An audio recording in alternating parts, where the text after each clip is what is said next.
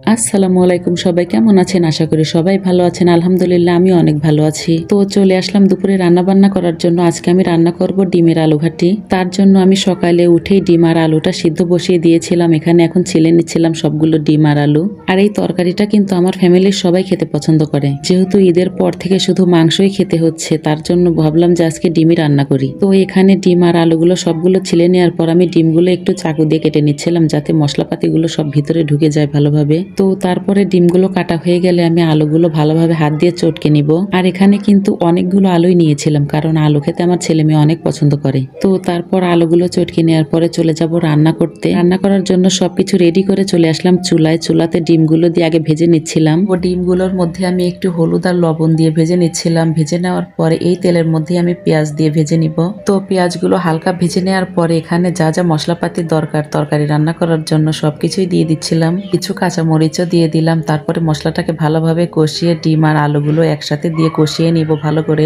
এই তরকারিটা রান্না করতে কিন্তু টাইম লাগে না, কারণ সবকিছু সিদ্ধ থাকে, তো তাই। তো সবকিছু ভালোভাবে কষানোর পরে আমি ঝোলটাও দিয়ে দিলাম। একটু বেশি পরিমাণেই ঝোল দিয়েছি, কারণ ঝোলটা টেনে যাবে। তো ঝোল দিয়ে দেওয়ার পর আমি তরকারিটা নামানোর আগে অফ ক্যামেরায় কিন্তু একটু ভাজা জিরে গুঁড়ো দিয়েছিলাম। তো তারপর আমি তরকারিটা নামিয়ে ঘরে নিয়ে আসলাম। এই যে দেখতে পাচ্ছেন আমার তরকারির ফাইনাল লুক। আমার ভিডিওগুলো যদি আপনাদের কাছে ভালো লেগে থাকে তাহলে অবশ্যই আমার পাশে থাকবেন। আল্লাহ হাফেজ।